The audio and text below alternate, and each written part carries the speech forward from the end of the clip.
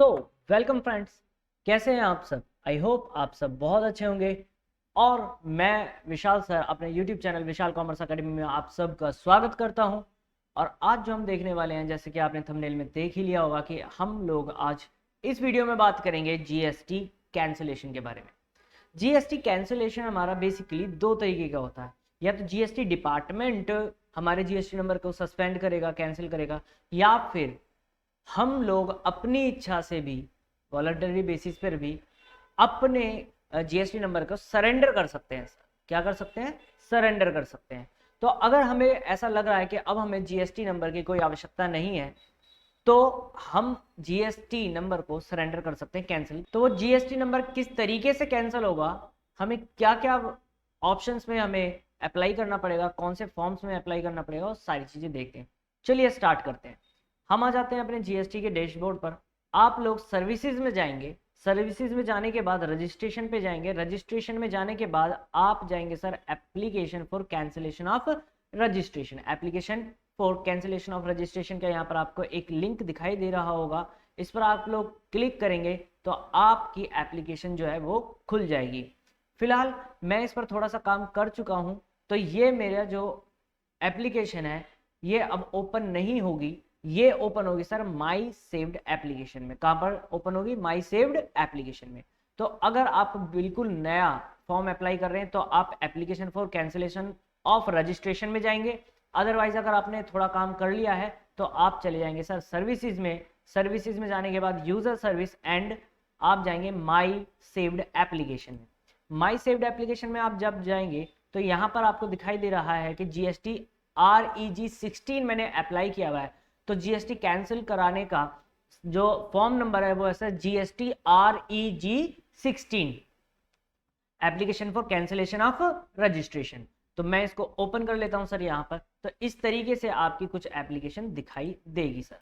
तो ये आपकी एप्लीकेशन दिखाई देगी। यहाँ पर आपसे पहले बेसिक डिटेल्स मांगेगा। बेसिक डिटेल्स के बाद आपको एड्रेस सेम एज अबव, अगर आप कोरस्पोंडेंस एड्रेस जो रखना चाहते हैं वो चेंज करना चाहते हैं फ्यूचर में, तो आप यहाँ पर चेंज कर सकते हैं। अदरवाइज आप इसको सेम भी रख सकते हैं। इसको फिल करने के बाद सेव एंड कंटिन्यू कर देंगे। सेव एंड कंटिन्यू करने के बाद दूसरा टैब आपका ओपन हो जाएगा और यहाँ आपसे पूछेगा सर रीजन। तो reason for cancellation of registration, क्या आप क्यों बंद करना चाहते हैं, तो आप इसमें कर सकते हैं कि आपका कॉन्स्टिट्यूशन जो है वो चेंज हो गया है। मतलब आप पहले शायद हो सकता है प्रोप्राइटरशिप में काम कर रहे थे, तो अब आपकी पार्टनरशिप फर्म बन गई है, कंपनी बन गई है, या आपने अदर टाइप ऑफ बिजनेस जो है वो फॉर्म चेंज कर लिया है, तो उसमें भी आपको जीएसटी कैंसिल कराना पड़ेगा। क्योंकि वहां पर पैन जो है, प्रोप्राइटरशिप में तो प्रोप्राइटर का पैन कार्ड लगता है, लेकिन फर्म के केस में पार्टनरशिप फर्म का सेपरेट पैन अप्लाई करना होता है। तो वहां पर भी हमें नंबर को सरेंडर करना होगा। या फिर आपको लगता है कि अब आपको जीएसटी नंबर की आवश्यकता नहीं है, ठीक है, तो आप वहां पर cease to be liable to pay tax ये कर सकते हैं। या फिर अगर आपको लग रहा है कि आपका बिजनेस जो है वो बंद हो गया है, अब आप बिजनेस नहीं चलाना चाहते, तो डिसकंटिन्यूएंस ऑफ बिजनेस या क्लोजर ऑफ बिजनेस पर भी कर सकते हैं। या फिर प्रोप्राइटर की डेथ हो गई है तो बिजनेस ऑटोमेटिकली बंद हो जाएगा सोल प्रोप्राइटर के केस में, तो डेथ ऑफ सोल प्रोप्राइटरशिप। ठीक है, क्लियर हो गया।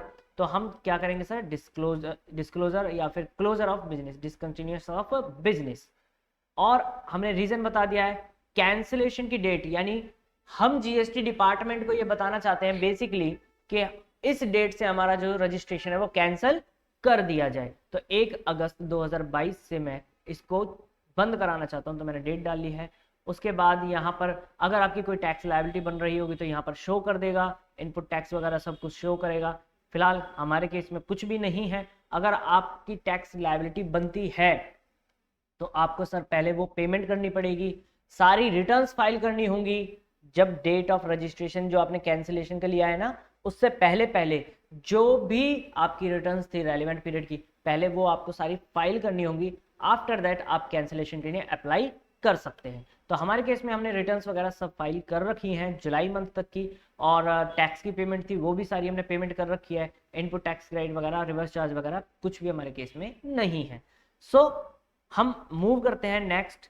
अब यहाँ पर हमसे पूछेगा save and continue, then click on it. So हम आ गए थर्ड स्टेप पर, जो कि हमारा वेरिफिकेशन वाला टैब है। जैसे आप रिटर्न फाइल करते हैं तो वहां पर आपको कंसेंट देना पड़ता है कि मैं जो प्रोपराइटर है या पार्टनरशिप फर्म के केस में पर्टिकुलर पार्टनर का नाम आएगा, डेजिग्नेटेड पार्टनर का, तो यहाँ पर मैं इसको क्लिक करूंगा आई हेयर बाई, ये एक कंफर्मेशन है बस जस्ट। और इसके बाद में हमें नेम ऑफ ऑथराइज सिग्नेटरी यहाँ पर सिलेक्ट कर लेना है। तो जैसा कि ये है हमारा ऑथराइज सिग्नेटरी और प्लेस डाल लेना है। उसके बाद हमें सर कुछ भी नहीं करना, उसके बाद जस्ट हमें submit with EVC and submit with DSC, दो हमारे पास टैब है, दोनों में से हम किसी का भी इस्तेमाल कर सकते हैं। अगर आपके पास डीएससी है तो आप सबमिट विद डीएससी कर सकते हैं, otherwise submit with EVC, electronic verification code. जब आप सबमिट विद ईवीसी करेंगे तो हमारे पास एक ओटीपी आएगा रजिस्टर्ड मोबाइल नंबर पर, वो ओटीपी हम लेने के बाद ओटीपी डालेंगे और कंफर्म कर देंगे। ये हमारा यहाँ तक का जीएसटी का हमारा जो कैंसिलेशन है वो पूरा फॉर्म जो है अप्लाई हो जाएगा। तो जो हमारा जीएसटी का यहाँ से अब फॉर्म अप्लाई हो जाएगा कैंसिलेशन के लिए। कैंसिलेशन के बाद आपको एक कंफर्मेशन आएगा जीएसटी डिपार्टमेंट से आपके रजिस्टर्ड ईमेल पर और आपके मोबाइल नंबर पर।